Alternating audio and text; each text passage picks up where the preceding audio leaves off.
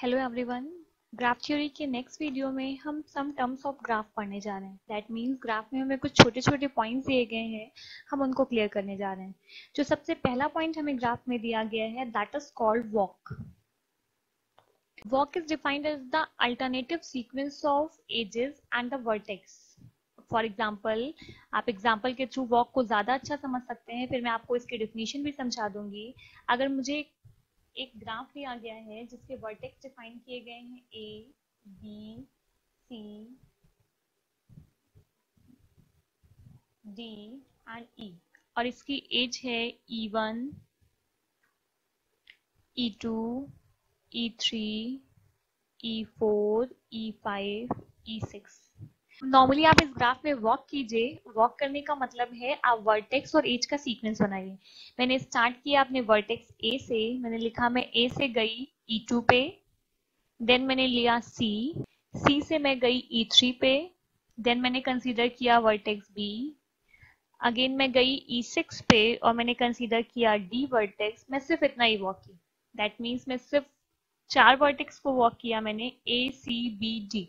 यहाँ पे आप चेक कर सकते हैं, पहली बार वर्टेक्स आ रहा है, देन एज, फिर वर्टेक्स, फिर देन एज, फिर वर्टेक्स, फिर एज, फिर वर्टेक्स, देन आप सो ऑन लिख सकते हैं। तो वॉक क्या होता है? Walk is defined as a finite length, मतलब फाइनाइट लेंथ होनी चाहिए, आप उनको काउंट कर सको। This is a finite length alternative sequence of vertex and edges. जो भी आप वर्टेक्स और एजेस का अल्टरनेटिव सीक्वेंस बनाते हैं, हम उसी को कहते हैं वॉक। और जितने भी यहाँ पे एज होंगे, एज क्या, कितने एज यूज किया मैंने, 1 2 3, जितने भी एज होंगे that is called length of graph. तो इस ग्राफ की लेंथ क्या लिखा हम लोगों ने, 3। इस वॉक के अकॉर्डिंग मैं वॉक को चेंज भी कर सकती हूँ। अब की बार मैंने वॉक क्या लिया, मैंने बी से स्टार्ट किया, देन मैंने लिखा बी से मैं गई E1 पे, फिर मैं गई ए पे, फिर मैंने E2 एज यूज किया, देन मैं गई सी पे, फिर मैंने E3 एज यूज किया, फिर मैं बी पे गई, नेक्स्ट मैंने E6 एज यूज किया, देन मैं डी पे गई। इसके आगे भी आप dot dot so on continue कर सकते हैं। आप किसी भी वर्टेक्स, किसी भी एज को रिपीट कर सकते हैं। यहाँ पे आप चेक कर सकते हैं, मैंने वर्टेक्स बी को 2 बार काउंट किया। यहाँ पे आपने जितने एजेस लिखे हैं, कितने एज लिखा मैंने, 1 2 3 4। तो इस वॉक की लेंथ क्या हुई, इस वॉक की लेंथ हो गई 4। तो अगर आपको किसी भी वॉक की लेंथ डिसाइड करनी है या आपको लेंथ को फाइंड आउट करना है, तो उसके लिए जितने भी नंबर ऑफ एज आपके वॉक में यूज हुए हैं that is called length of graph. हम उसी को ग्राफ की लेंथ कहते हैं। अब जो भी आपने वॉक बनाया है, वॉक 2 तरह से होता है। एक जो पहला वॉक डिफाइन किया गया है that is called open walk, और हमें जो दूसरा वॉक दिया गया है हम उसको कहते हैं क्लोज्ड वॉक। अगर हमारे स्टार्टिंग वर्टेक्स, जहां से आपने स्टार्ट किया हुआ है अपना वॉक और आपने जहां पे एंड किया हुआ है, अगर स्टार्टिंग और एंडिंग वर्टेक्स आपकी डिफरेंट डिफरेंट है तो हम ऐसे वॉक को ओपन वॉक कहते हैं। क्लियर? और अगर मेरी स्टार्टिंग और एंडिंग वर्टेक्स सेम है, मतलब जहां से मैंने वॉक करना स्टार्ट किया था और जहां पे मैं वॉक फिनिश कर रही हूँ, वो दोनों वर्टेक्स अगर सेम है तो हम ऐसे वॉक को कहते हैं क्लोज्ड वॉक। फॉर एग्जाम्पल, अगर मुझे इसमें क्लोज्ड वॉक बनाना था तो मैं कुछ ये लिख सकती हूँ, मैंने ए से स्टार्ट किया, देन मैं E2 पे गई, फिर मैं सी पे गई, देन मैंने E3 एज को लिया, वर्टेक्स बी लिया, E1 पे गई और फिर मैं कहाँ पे आ गई, वर्टेक्स ए पे रिटर्न। तो आप चेक कर सकते हो यहाँ पे स्टार्टिंग और एंडिंग वर्टेक्स दोनों सेम है, तो हम ऐसे वॉक को क्या कहते हैं, हम ऐसे वॉक को क्लोज्ड वॉक कहते हैं। बट जो बाकी मैंने 2 एग्जाम्पल लिखे हुए हैं, यहाँ पे मैंने स्टार्ट ए से किया था और एंड डी पे किया है, यहाँ पे मैंने स्टार्ट बी से किया था और मैंने एंड कहाँ पे किया है, डी पे किया है, तो हम इन दोनों को ओपन वॉक कहते हैं। तो walk is just a sequence of vertex and edges, nothing else. Okay, अब हम आगे बढ़ते हैं। वॉक के बाद हमें जो दूसरा दिया गया है वो दिया गया है पाथ। पाथ का मतलब है कि जब भी आप पाथ को डिफाइन करते हैं तो पाथ का मतलब है आपकी वॉक होनी चाहिए, वो सबसे पहले वॉक होनी चाहिए। दैट मीन्स आपको यहाँ पे भी वर्टेक्स और एजेस का सीक्वेंस ही लिखना है। सबसे पहले आपकी जो वॉक है वो ओपन होनी चाहिए। ओपन होने का मतलब है कि उसकी स्टार्टिंग और एंडिंग क्या होनी चाहिए, डिफरेंट डिफरेंट होनी चाहिए। और एक कंडीशन ये भी दिया गया है कि यहाँ पे ना तो vertex, that means neither vertex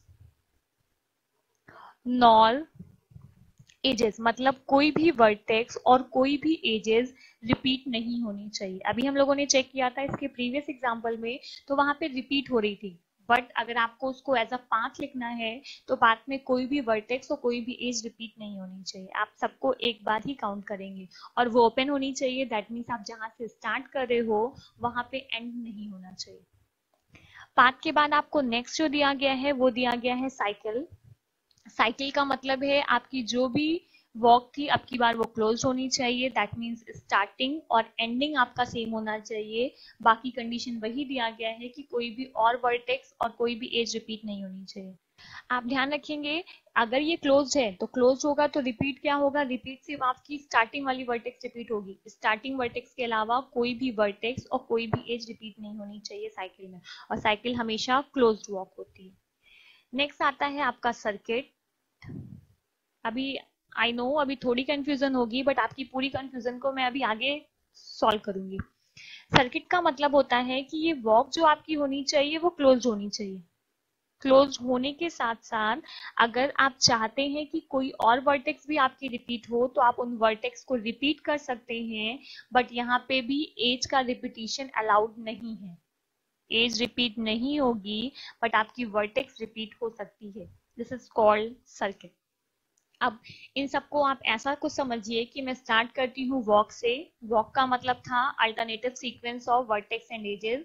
कुछ भी रिपीट कीजिए, आप कोई भी आप यहाँ पे कोई भी वर्टेक्स कोई भी एज रिपीट कर सकते हैं। वॉक को दो पार्ट में मैंने यहाँ पे ब्रेक किया। हमने जो इसका पहला पोर्शन लिया उसके अकॉर्डिंग यहाँ पे नाइदर एज रिपीटेड,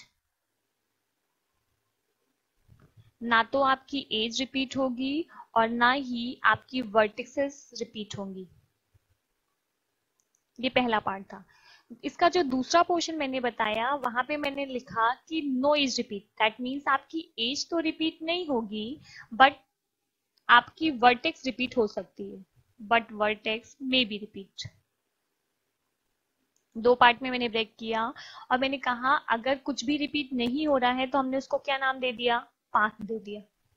कोई भी वॉक में अगर एज और वर्टेक्स रिपीट नहीं हो रही है तो मैंने उसका नाम क्या दे दिया, पाथ दे दिया। और जो भी आपने पाथ बनाया हुआ है अगर वो क्लोज है, क्लोज का मतलब स्टार्टिंग और एंडिंग अगर आपका सेम है तो आप उसको नाम दे दोगे साइकिल।